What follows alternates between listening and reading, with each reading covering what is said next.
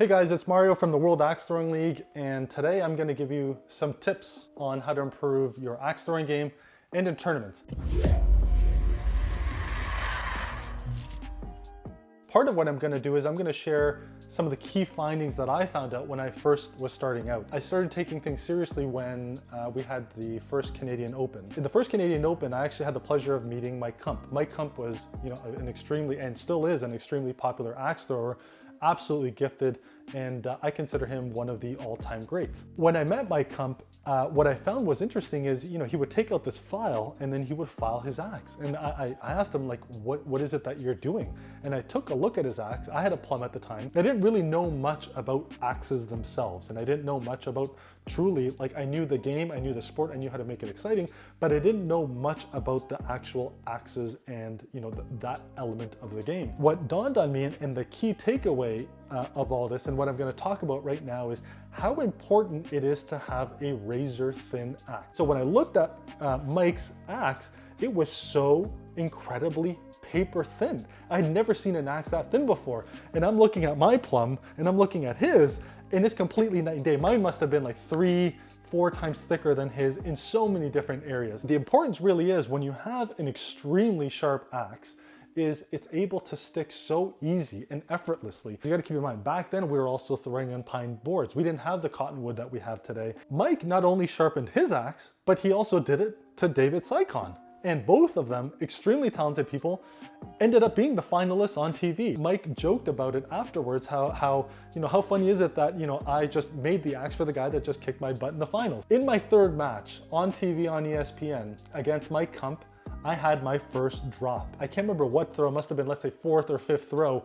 The game was out of reach. At that point, when you have a drop, I mean, the game's completely done. I don't think I could have done 20 or some odd kill shots in a row to keep up with those guys. I'm not saying I would have beaten my Kump. I think destiny would have happened and caught up with me either way. That conversation and that piece of knowledge that Mike shared with me stuck with me, and that actually helped set the foundation for all the axes that we produce today. I don't know if you remember the Gen 1s, and I'll preface this by saying the Gen 1s are no longer in circulation.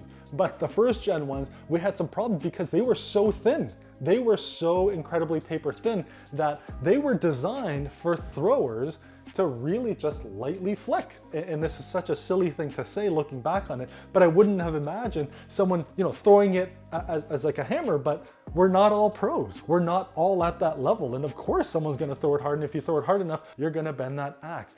And the funny thing is the difference between, the Gen 1 ace of spade bending or not was 0.2 or 0.3 millimeters. Let me say that again. That is a fraction of a millimeter that made a difference between a great axe that everyone loves or one that everyone hates. That was the main kind of takeaway that I wanna give to everyone here.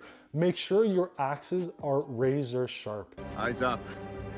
Stay sharp. The second tip that I'm gonna share with you guys was a huge kind of mistake and a problem that I could never really resolve myself. I have horrible feet. My feet are flat. I've been battling kind of plantar fasciitis for so long. I'm off my feet for easily 18 hours in a day.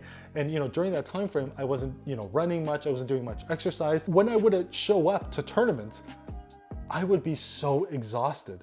And even till this day, I battle it. And I make sure I get my exercise in, I lift weights. I wish I did that back then. Because let me tell you something, if you're not on your feet and you're not good at being on your feet for 8 to 10 hours, you're gonna have a lot of problems in tournaments. What would happen to me is exhaustion would always set in. So, tournaments start on Friday night. So, let's say you get to a facility at 6 o'clock, you're really on your feet from 6 o'clock to 11 o'clock, so it's 5 hours on your feet. You wake up the next morning, you're at the facility at 8 o'clock in the morning, and you might be there because of different disciplines, duels, big axe, and then hatchet. You might be there from 8 till 8 p.m. or 8 till 11 p.m. So that's 13 hours. So in 2 days, in less than 2 days, you went from being 18 hours lying down to, in those 2 days, being 18 hours on your feet. Angry Wood, the first one that they had, and I said, you know what, I'm gonna compete. During the qualifying throws, I was ranked number 1. I think it was just before the quarterfinals. I ended up getting knocked out. 2019 World Axe Throwing League Championships. I honestly believed I had a chance at winning. So you're telling me there's a chance? But sure enough, I think I was one or two matches away from being on TV. And that's when, again, exhaustion is a very real thing. The final thing that I'm gonna leave everyone with is when you're developing your throw, precision has become so important that you're gonna have to try several different throws in order to find what works for you. Part of what I did for when I competed in the 2019 World Championships is I developed 3 throws. One where if we had very easy wood to stick with, I developed one where the wood was very tough, and then I developed what I'll call kind of a standard throw. I almost looked at axe throwing as tennis, where you can either play grass, clay, or concrete. What ended up happening is in the 2019 World Championship, I actually, because I could step over, all I literally was doing was holding my axe extremely high, and I would drop it. And I would literally just drop the axe and it would rotate into the bullseye. But when we changed the rules, oh man, it was ugly. That's where you have to start adapting things, and you have to try different things that work for you. Try different things. So there is no right or wrong answer. Find something that works for you. Try, in order to, try a technique, I would say try that technique and try at least 50 to 100 throws. Record how many kill shots you hit, record how many bullseyes you hit. Try completely different things. Try different footing. Should I be completely square against the axe? Should I be, standing kind of like I'm a sprinter? And I'm about to throw with 1 foot forward, 1 foot back. So, there's so many different things and so many different variables you could try. At the end of the day, find what works well for you. So that's part 1 of my tips. And I hope to do a lot more of these and share my insights with you. Hope all this stuff helps. Thanks a lot, guys. Have a great day. Now that wood now, which, as I was saying earlier, is going to get to that point where it's not going to be as reliable to stick in. Kump again pauses for a beat, needing this to stay alive. He missed it!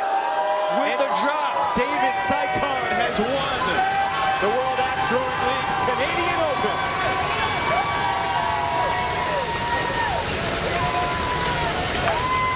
We talk about sudden death, how about sudden success?